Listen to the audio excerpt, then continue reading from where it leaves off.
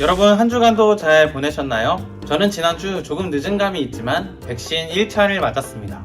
생각만큼 막 그렇게 아프지는 않았지만 욱신거려서 꽤 신경이 쓰이더라고요.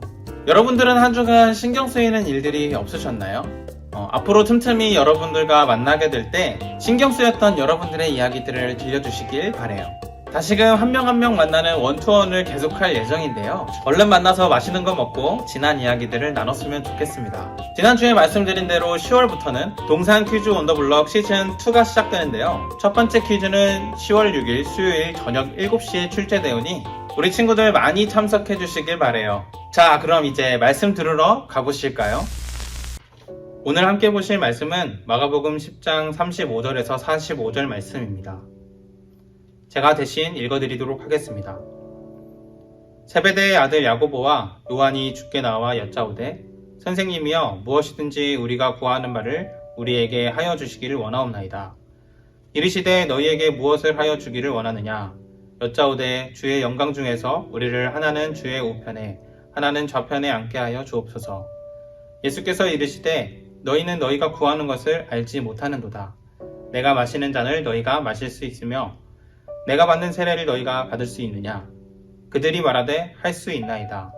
예수께서 이르시되 너희는 내가 마시는 잔을 마시며 내가 받는 세례를 받으려니와 내 좌우편에 앉는 것은 내가 줄 것이 아니라 누구를 위하여 준비되었든지 그들이 얻을 것이니라. 열제자가 듣고 야고보와 요한에 대하여 화를 내거늘 예수께서 불러다가 이르시되 이방인의 집권자들이 그들을 임의로 주관하고 그 고관들이 그들에게 권세를 부리는 줄을 너희가 알거니와 너희 중에는 그렇지 않을지니 너희 중에 누구든지 크고자 하는 자는 너희를 섬기는 자가 되고 너희 중에 누구든지 으뜸이 되고자 하는 자는 모든 사람의 종이 되어야 하리라. 인자가 온 것은 섬김을 받으려 함이 아니라 도리어 섬기려 하고 자기 목숨을 많은 사람의 대속물로 주려 함이니라. 아멘. 혹시 친구와 싸운 뒤 자존심 때문에 먼저 사과하지 못한 적이 있으신가요? 혹 지금도 먼저 말을 걸지 망설이고 계신가요? 돌아보면 사과 한마디가 뭐라고 쉽게 말을 건네지 못할 때가 종종 있는데요.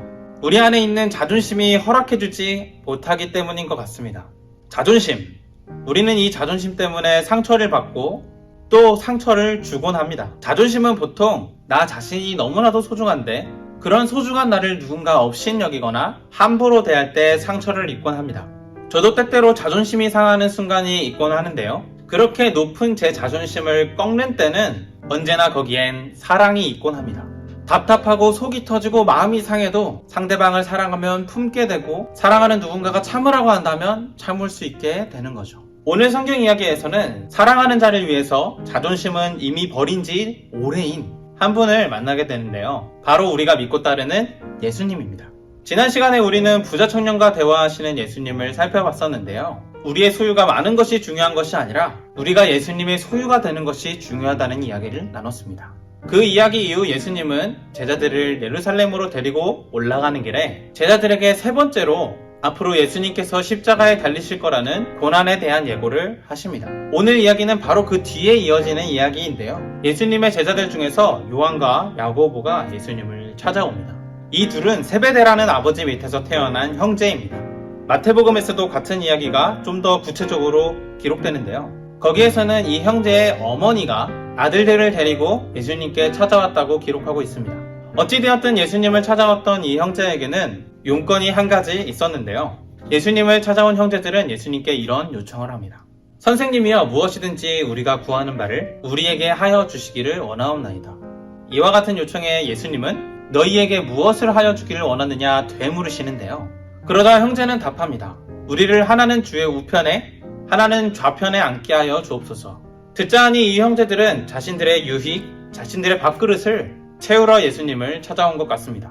이런 모습은 사실 오늘날도 굉장히 익숙한 것 같은데요. 얄밉지만 우리 주변에도 이렇게 자기 유익을 챙기는 사람들을 종종 보게 됩니다. 아주 사소한 영역에서 남들 눈치를 보면서 조금이라도 더 먼저 더 많이 가지고자 하는 사람들의 마음. 그런데 이런 모습은 사실 세상에서도 질타받기 쉬운 모습입니다. 어느 누구도 이렇게 얄밉게 행동하는 태도를 반길 리는 없으니까요. 그런데 아무래도 이 형제는 번지수를 잘못 찾은 것 같습니다. 왜냐하면 예수님의 우편과 좌편, 즉 예수님 바로 가까운 곳에서 예수님의 뜻대로 사는 것은 결코 안락한 자리가 아니기 때문인 거죠. 예수님은 물으십니다. 내가 마시는 잔을 너희가 마실 수 있으며 내가 받는 세례를 너희가 받을 수 있느냐? 진정 예수님 옆에서 예수님이 감당해야 할 그것을 함께 감내할 수 있느냐 물으시는 거죠. 그러자 두 형제는 자신에 차서 그럴 수 있다고 대답합니다. 여전히 그들이 무슨 대답을 하는지도 알지 못한 채 그렇게 대답합니다. 재밌는 것은 이 모습을 다른 제자들이 지켜봤다는 건데요. 예수님께 몰래 찾아가 자기들을 수제자로 삼아서 나중에 한 자리를 해달라는 이 형제들. 다른 제자들은 이 형제가 괘씸한 나머지 둘에게 찾아와 화를 내며 싸우기 시작합니다. 싸움이 점차 커지자 예수님은 제자들을 모두 불러 모아 얘기하시면서 이 상황을 종료하십니다. 모인 제자들에게 예수님은 이렇게 말씀하십니다. 누구든지 크고자 하는 자는 너희를 섬기는 자가 되고 너희 중에 누구든지 으뜸이 되고자 하는 자는 모든 사람의 종이 되어야 하리라. 언뜻 보면 예수님께서 교만하지 말고 겸손하라는 어떤 도덕적인 이야기를 하는 것 같아 보입니다. 얍삽하게 욕심부리지 말고 겸손해야 돼. 이기적이게 행동하지 말고 배려해야 해. 물론 너무나 다 맞는 말, 중요한 말이지만 이런 이야기는 예수님이 아니어도 세상에서 이미 너무나 많이 하고 있는 그런 이야기입니다. 여러분, 우리 일상 속에서 도덕적이고 모범적으로 사는 사람이 누가 있을까요? 저는 연예인 유재석 씨가 가장 먼저 떠오르는데요. 그 외에도 예수님을 믿지 않고 따르지 않는 많은 사람들 중에서 윤리적으로 열심히 사신 분들을 쉽게 찾게 됩니다. 심지어 간디나 공자와 같은 타 종교에서 유명하신 분들도 윤리적인 삶을 열심히 사신 분들이죠. 윤리적으로 바르게 살라는 말은 이분들도 할 수 있는 말입니다. 그렇다면 예수님께서 과연 그런 말씀을 하기 위해 모든 사람의 종이 되라고 하셨을까요? 예수님이 제자들에게 주신 답은 단순히 윤리적인 답이 아니었습니다. 오히려 자기 자신께서 모든 사람의 종이 되셨음을 말씀하고 계신 거죠. 자신께서 모든 사람의 종이 되셔서 친히 많은 사람들의 대속물이 되어주신 예수님. 여기서 말하는 많은 사람들에는 죄인들까지도 포함됩니다. 그렇게 모든 사람의 종이 되어주신 예수님. 제자들은 이제 그 예수님을 따라가야 하는 길에 서 있습니다. 예수님은 지금 예루살렘을 향해, 다시 말해서 십자가를 향해 가고 계십니다. 그렇다면 제자들은 예수님 좌우편에 앉아 멈춰서는 것이 아니라 그분과 함께 그분을 따라 걸어가야만 합니다. 높아지고자 하는 마음, 편안을 추구하고자 하는 마음, 그 모든 자존심을 송두리째 예수님 앞에 내려놓는 것, 심지어 자기 자신마저 예수님께 드리는 것, 그것이 제자들에게 주어진 참된 제자의 길이었습니다. 이제 여러분들께 묻겠습니다. 지금껏 우리는 예수님에 대해 단단히 오해하고 있지는 않았나요? 교회에 오면 성경은 우리에게 도덕적인 이야기를 해주고 예수님은 우리가 원하는 소원을 들어주시는 분이라고 그렇게 단순하게 생각하고 오해하고 있지는 않으셨나요? 물론 우리의 필요를 미리 아시고 채워주시는 예수님이시지만 예수님께서 진정 원하시는 것은 우리가 우리의 자존심과 우리 자신까지도 예수님을 위해 고민 없이 드릴 수 있고 따라갈 수 있는 제자가 되는 것이죠. 예수님의 제자가 된다는 것은 결코 쉽지 않고 편안하지 않습니다. 그 고생스러운 것을 우리가 왜 해야 할까요? 앞서 말했듯 사랑만이 이것의 답이 됩니다. 예수님이 우리를 사랑하시고 우리가 예수님을 사랑하기 때문이죠.